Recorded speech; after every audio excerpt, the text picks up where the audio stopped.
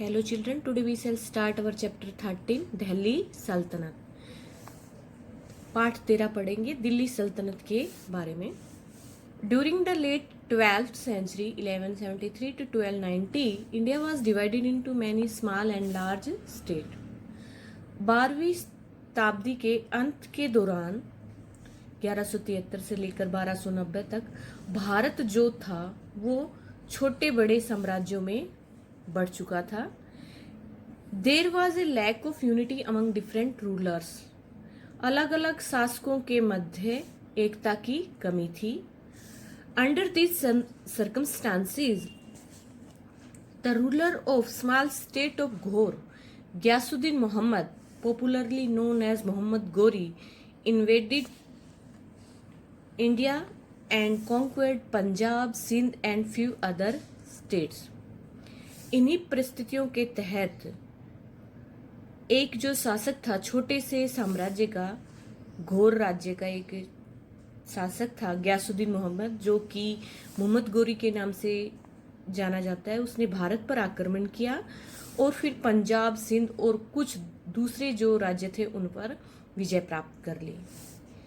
In 1191 CE, he was challenged by Prithviraj Chauhan, the ruler of Delhi and Ajmer. 1191 में मोहम्मद गोरी को पृथ्वीराज चौहान ने चेतावनी दी, जो कि दिल्ली और अजमेर का शासक था।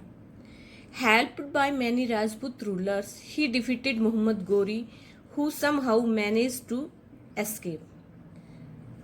बहुत से राजपूत शासकों की मदद से पृथ्वीराज चौहान ने मोहम्मद गोरी को हरा दिया और किसी तरह ये मोहम्मद गोरी बचकर निकल गया। But with greater preparation and the help of Jaichand, rival of Prithviraj Chauhan, Ghori defeated Prithviraj in 1192 CE।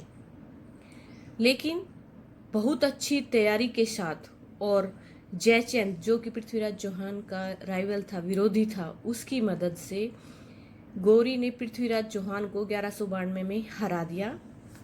दो there were many rulers with Prithviraj, he was defeated and killed. यद्यपि पृथ्वीराज के साथ बहुत से शासक थे, लेकिन फिर भी पृथ्वीराज चौहान हार गया और उसकी मृत्यु हो गई थी। The Turks captured Ajmer and Delhi. जो तुर्की शासक थे, तुर्की जो रूलर्स थे, उन्होंने अजमेर और दिल्ली पर कब्जा कर लिया। Later on Jaichand was also killed in a battle in 1194 CE। बाद में जयचंद 1194 में एक युद्ध में मारा गया।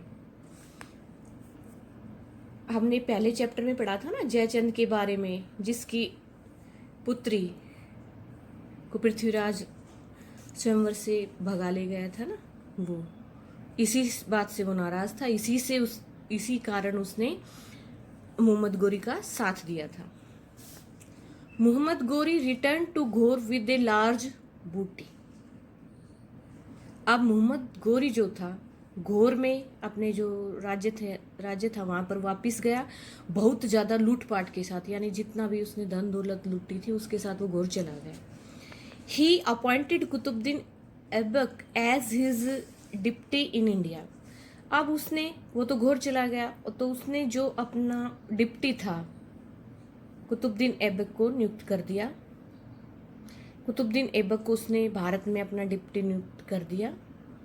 On March 1206 Mohammad Ghori was killed by A Khokhar soldier. 15 मार्च 1206 में मोहम्मद गोरी को मार दिया एक खोखर सिपाही ने।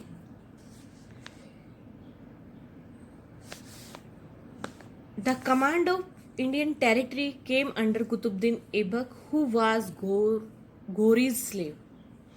अब भारतीय क्षेत्र की जो कमांड जो थी, जो पूरे साम्राज्य को संभालना था, वो कुतुबुद्दीन ऐबक के हाथ में आ गया, जो कि गोरी का दास था। Aibak establish slave dynasty in India.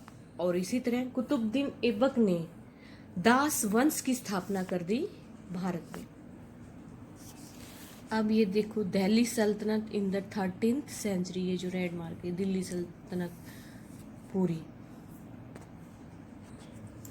The slave और मामलुक डायनेस्टी 1206 टू 90 CE, दास वंश या मामलुक वंश। इसमें आता है सबसे पहले, अब दास वंश की स्थापना कुतुबुद्दीन ऐबक ने की थी। तो कुतुबुद्दीन ऐबक 1206 टू 10 CE, 1206 से 1210 CE तक। He founded the slave dynasty, as most of the rulers of this dynasty were slaves or children of slaves. Qutubuddin Aibak ने दास वंश की स्थापना की, क्योंकि जो जितने भी इस वंश के शासक थे या तो वो दास थे या दासों के बच्चे थे। दास यानी जो नौकर होता है, स्लेव होता है वो। Aibak established a strong kingdom based on military power. Qutubuddin Aibak ने एक बहुत ही मजबूत साम्राज्य की स्थापना की, जो कि सेना की शक्ति पर आधारित था। He defeated Yildiz, the ruler of Ghazni, and freed Punjab from him. Qutubuddin Aibak ने यल्डोज, जो कि गजनी का शासक था, उसको हरा दिया और पंजाब को उससे स्वतंत्र करा लिया। Aibak was a great patron of literature, art and architecture. Qutubuddin Aibak जो थे एक महान संरक्षक थे साहित्य, कला और वास्तुकला के। He built Qutub Minar and Quwwat ul Islam mosque in Delhi. Qutubuddin Aibak ने कुतुब मीनार की बनवाया और क्वात उल इस्लाम मस्जिद दिल्ली में बनवाई। He also built a mosque known as 2.5 दिन का झोपड़ा इन अजमेर। उन्होंने एक और मस्जिद बनाई जो कि 2.5 दिन का झोपड़ा के नाम से जानी जाती है, अजमेर में। He had literary gems like Hasan Azmi and Mubarak Shah in his court. उसके दरबार में साहित्य मोती, मतलब बहुत ही ज्ञानी व्यक्ति थे, जैसे कि हसन आजमी और Mubarak Shah. He died in 1210 CE, 1210 में इनकी मृत्यु हो गई। Qutubuddin Aibak was succeeded by his son Arm Shah, but he was not accepted by the nobles. Qutubuddin के बाद उनका उत्तराधिकारी बना आर्म शाह, कुतुबुद्दीन का बेटा, लेकिन इसको कुलीन जो वर्ग था, श्रेष्ठ वर्ग के जो लोग थे, उन्होंने इसको अपना राजा नहीं स्वीकार किया। Therefore, Iltutmish, the son-in-law of Aibak and the Subedar of Badaun, was invited to rule. इसलिए इल्तुतमिश का जो दामाद था, गलत बोल दिया, इल्तुतमिश जो कुतुबुद्दीन ऐबक का दामाद था और बदुआन का सूबेदार था, उसे शासन करने के लिए बुलाया गया था। He defeated arm Shah and became the sultan. अब इस इल्तुतमिश ने आर्म शाह को हरा दिया और स्वयं सुल्तान बन गया। Next, Iltutmish 1210 to 1236 CE। अब कुतुबुद्दीन ऐबक के बाद आर्म शाह बना, लेकिन उसको हरा दिया किसने? इल्तुतमिश ने। अब इल्तुतमिश आता है। He made Delhi his capital. Iltutmish ने दिल्ली अपनी राजधानी बनाई। At the time of becoming sultan, he was confronted with many problems. अब जब इल्तुतमिश सुल्तान बन गया तो उसके सामने बहुत सी समस्याएं आई। But he faced them bravely, लेकिन उसने उन समस्याओं का बड़ा बहादुरी से सामना किया। He defeated his main rivals Yalduz of Ghazni and Qubacha of Sindh and Multan. अब उसने जो उसके मुख्य विरोधी थे, राइवल्स थे, दुश्मन थे, गजनी का तो यल्डोज और कुबेचा सिंध और मुल्तान का, उनको हरा दिया। Iltutmish was an able and shrewd military administrator. Iltutmish जो था एक बहुत ही योग्य और चतुर सैन्य प्रशासक था, बहुत अच्छा वो राजा था। He liberated the Turkish empire from Ghazni and other foreign powers and consolidated it effectively. उसने क्या किया, जो तुर्की साम्राज्य था गजनी और दूसरे जो विदेशी शक्तियां थी उनसे स्वतंत्र करवाया और बड़े प्रभावशाली तरीके से इसे मिलाया, इसको मजबूत किया। He diplomatically saved himself and Delhi from the wrath of Mongol conqueror Changezi Khan by not giving shelter to Shah of Khwarizm, who was being chased by Changezi Khan on the pretext that Delhi's climate would not suit him. उसने बड़ी चतुराई के साथ, बड़ी ही कूटनीति के साथ अपने आप को और दिल्ली को, जो मंगोल शासक था, मंगोल विजेता जो था चंगेजी खां के गुस्से से बचाया, क्योंकि उसने शाह जो था ख्वारिज़्म का, उसको आश्रय नहीं दिया। किसने? इल्तुतमिश ने। ये कहकर शाह ख्वारिज़्म का जो था, ख्वारिज़्म का शाह का चंगेजी खां पीछा कर रहा था। अब ये आया इल्तुतमिश के पास कि मुझे शरण दे दो, तो इल्तुतमिश ने उसे ये कहा कि भाई मैं आपको ना शरण नहीं दे सकता।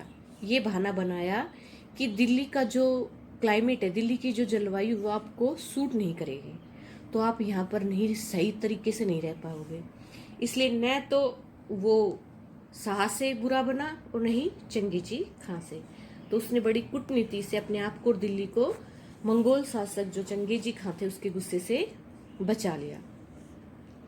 Iltutmish made many administrative reforms to strengthen his hold on Delhi सल्तनत। इल्तुतमिश ने बहुत से प्रशासनिक सुधार किए ताकि वो दिल्ली सल्तनत पर अपनी जो अधिकार है उसको थोड़ा मजबूत बना ले।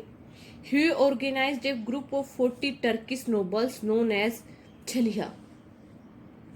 उसने 40 तुर्की जो कुलीन वर्ग थे, श्रेष्ठ लोग थे, उनका एक समूह बनाया जो कि चलिहा के नाम से जाना जाता था।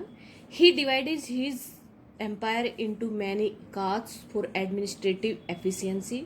उसने अपने साम्राज्य को बहुत से इकाद मतलब पार्ट्स, स्टेट्स, छोटे छोटे और जो हिस्से हैं उनमें बांट दिया, प्रोविंस प्रांतों में बांट दिया, अच्छी तरीके से कुशलता से प्रशासन करने के लिए। ही इंट्रोड्यूस सिल्वर क्वाइंस टंका एंड कॉपर क्वाइंस जित्थल। उसने चांदी के सिक्के टंका और जो तांबे के सिक्के थे जित्थल, उनको शुरू किया। Iltutmish was A pattern of art and literature. Iltutmish भी एक बहुत अच्छे संरक्षक थे। उन्होंने कला और साहित्य को बहुत ज़्यादा प्रोत्साहित किया। Minhaj us Siraj was the famous writer of his court दरबार। मिनहाज उस सिराज जो थे उसके दरबार के बहुत ही प्रसिद्ध लेखक थे। He read the accounts of Iltutmish reign. Minhaj us Siraj ने इल्तुतमिश के जब राजगद्दी पर बैठा था, सियासन किया था, उसके बहुत से अकाउंट्स, उसकी बहुत सी चीज़ें लिखी। Literary persons like Ruhani and Isami also graced his court. साहित्यिक व्यक्तित्व जैसे कि रूहानी और उसामी, वो भी उसके दरबार की शोभा बढ़ाते थे। Iltutmish was a staunch Sunni Muslim. Iltutmish एक बहुत ही कट्टर सुन्नी मुसलमान थे। सुन्नी मुसलमान यानी जो ज़्यादातर स्ट्रेंथ में यानी 80-90% जो मुसलमान हैं वो सुन्नी हैं। He treated Shias and Muslim very badly. Iltutmish एक कट्टर मुसलमान थे, तो वो दूसरी एक और मुसलमानों की ग्रुप था सिया, जो पैगंबर मोहम्मद को मानते थे, उनके साथ उसने बहुत बुरा व्यवहार किया और हिंदुओं के साथ भी। ये देखें क्वाइंस ऑफ दिल्ली सल्तनत पीरियड, दिल्ली सल्तनत के युग के दौरान जो सिक्के चले थे ना वो। Due to the absence of any definite rule of inheritance, there was often a situation of choice after the death of a ruler. एक बहुत ही अच्छा योग्य शासक नहीं मिल पाता, एक योग्य शासक एक विरासत का नहीं मिल पाता, उसकी अनुपस्थिति में हमेशा एक बहुत बुरी स्थिति रही है। किसी भी राजा के मृत्यु के बाद वाद विवाद की, बहुत ही ज़्यादा मतलब झगड़े की ऐसी कंडीशन हो जाती है, क्योंकि एक डेफिनेट रूलर नहीं मिल पाता। Iltutmish had no faith in the capacity of his son to rule. अब इल्तुतमिश जो था उसे अपने लड़के जो थे उनकी क्षमता पर विश्वास नहीं था कि वो शासन कर पाएंगे। So he nominated his daughter Razia as his successor. She was an able and strong administrator. So इसलिए इल्तुतमिश ने रजिया को अपना उत्तराधिकारी घोषित किया और वो एक बहुत ही योग्य और मजबूत प्रशासक थी, एडमिनिस्ट्रेटिव सही तरीके से शासन चलाने वाली महिला थी और दिल्ली सल्तनत की पहली महिला रूलर थी वो। Thank you.